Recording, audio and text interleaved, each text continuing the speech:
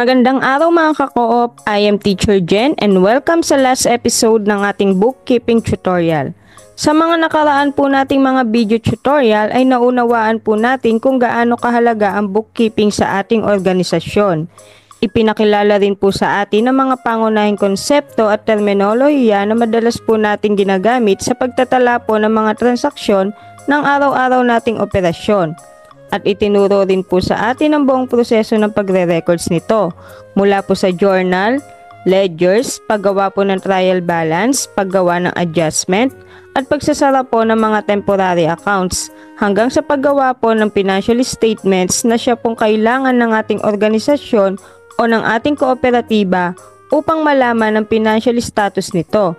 Gayon din, maging basihan po sa paggawa ng mga desisyong makatutulong sa ikauunlad at ikapagtatagumpay po ng ating itinatag na samahan. Sa huling bahagi po ng aking video tutorial ay ibibigay ko naman sa inyo ang ilang best practices and tips upang magkaroon po ng maayos na bookkeeping system. Upang patuloy po nating nasusubaybayan ng maayos ang daloy ng pera ng ating co-op. Makagawa po ng tamang desisyon at manatiling compliant o nakasusunod sa mga regulasyon. So narito po ang ilang best practices and tips para po sa mahusay na bookkeeping system ng isang kooperatiba. Una po ay gumamit po kayo ng accounting tools tulad po ng Excel or spreadsheet. Kung kayo po ay mayroong computer or laptop, pinadadali po ng mga accounting tools na ito ang paggawa po ng mga financial reports at nababawasan po ang human error sa pagmamanual records po ng mga datos. Pangalawa po, gumamit po tayo ng standard chart of accounts. So tiyakin po na may standard chart of accounts po na susundan ang lahat po ng miyembro o empleyado. Dapat po itong nakaayos ayon po sa mga kategorya gaya ng assets, liabilities, equity, revenue, and expenses. Madali pong maiuuri ang bawat transaksyon at mas madali ring mag-audit. Pangatlo po, regular na pagsusuri ng account. Magkaroon po ng monthly o quarterly review para po maiwasan ang pagkakamali, fraud o anumang hindi inaasahang discrepancy. Magkaroon po ng internal audit o pag-audit po mula sa third-party accountants para po masigurado ang accuracy po ng financial reports. Pang-apat po, pagpapanatili ng complete documentation. Siguraduhin pong lahat ng transaksyon ay may katumbas na resibo or invoice. Tiyakin po na lahat ng pumasok at lumabas na pera ay naitala ng tama. Magpatupad po tayo ng policy para po sa tamang pagre-record keeping ng mga dokumento. Mainam po na panatilihin ang mga ito sa loob ng ilang taon, lalo na po kung required ng batas. Panglima po, pagtatalaga po ng taong in charge sa bookkeeping. Mahalaga po na ang itatalagang bookkeeper ay may sapat pong kaalaman sa bookkeeping, lalo na kung maliit pa lamang ang kooperatiba. Kung posible ay hiwalayin po ninyo ang duties and responsibilities ng treasurer at bookkeeper para po maiwasan ang mga mali at fraud. Pang-anim po, regular po na paghahanda sa financial statement. Siguraduhin pong regular na naghahanda ng financial statements ang kooperatiba upang masubaybayan po ang kita, gastos at ang kabuuang financial status ng kooperatiba. Mas mainam po kung monthly ang pagsasagawa nito. Gamitin po ang mga financial reports para po sa mas mahusay na pagpaplano ng budget at pagtukoy po ng financial goals.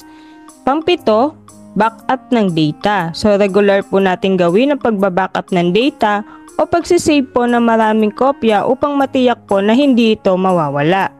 Pangwalo, magkaroon po ng training and development. I-train po ang mga miyembro o empleyado na may kinalaman sa bookkeeping upang mapanatili po ang kanilang kaalaman sa mga bagong pamamaraan o paggamit po ng teknolohiya. Mag-invest po sa professional development ng accounting team para masigurado pong nasusunod ang best practices sa bookkeeping. At panghuli po, sumunod po tayo sa BIR at government regulations. So ito po ay tungkol sa tax compliance. Tiyakin pong sumusunod sa mga patakaran ng BIR at iba pang ahensya ng gobyerno. Tulad po ng paghahain ng tamang tax forms at pagbabayad po ng buwis sa oras kung kayo po ay walang tax exemption. Kinakailangan pong ang kooperatiba ay may Certificate of Tax Exemption. Katunayan po na ang kanilang status ay tax-exempt entity. Ang annual income tax returns naman po kasama po ng audited financial statements ay ipinapile every 15 of April. At 120 days or 4 months after the end of fiscal or reporting year or as specified po by the regulations, ay kinakailangan po magpasa ng lahat ng co-op ng kanilang audited financial reports at iba pang required reports sa CDA. So dapat po itong i-comply ng isang kooperatiba upang maiwasan po ang pagkakaroon ng problema. Mas mainam po kung kayo po ay kukonsulta sa isang tax professional or accountant upang malaman po ang mga dokumento na kailangan ninyong i-comply ayon po sa uri ng inyong kooperatiba. Ito po ay upang maiwasan ang pagkakaroon ng penalty. So narito po yung mga ibang guidelines para po sa registration. So mag-register po tayo as taxpayer. So mag-apply po tayo ng TIN sa pamamagitan po ng BIR Form 1903. And then ito po yung mga isasubmit nating requirements. Certificate of Registration mula po sa CDA, Articles of Cooperation and Bylaws, Mayor's Permit or Barangay Clearance, and then Tax Exemption Certificate kung meron po. And then Secure BIR Certificate of Registration. So naglalaman po ito ng mga uri ng buwis na kailangan pong i-comply. Next po, para sa ating tax exemption, ito po yung mga requirements.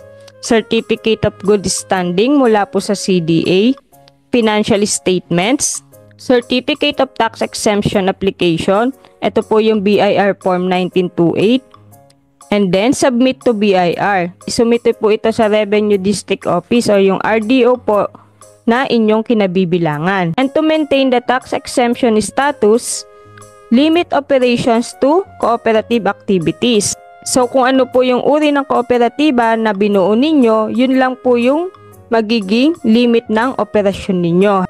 And then submit annual reports. So yung ITR po natin, yung income tax return, even if exempt po kayo, kailangan po mag-file po kayo on or before April 15 and audited financial statements and other required reports must be submitted to CDA 120 days po after the end of fiscal years or as specified po by the CDA's regulation. So dapat po nako-comply po natin yang mga dapat ipasa po natin sa BIR and CDA.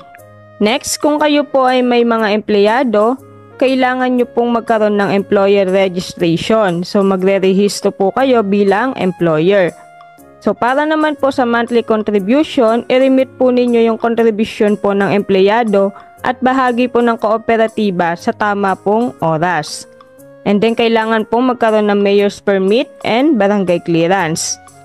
Para naman po sa tax incentives and audits, so meron po tayo periodic audit. Ito po yung formal review po ng ating cooperative's financial records, operation, or compliance po with standards. And then lastly, utilize tax incentives properly. At narito naman po ang requirements at proseso kung paano po makakuha ng Certificate of Registration mula po sa CDA.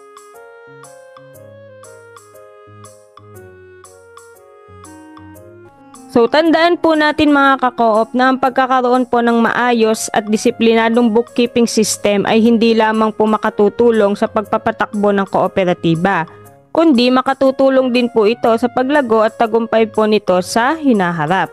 So maraming salamat po sa pagsubaybay ninyo sa lahat po ng episodes ng ating bookkeeping tutorial.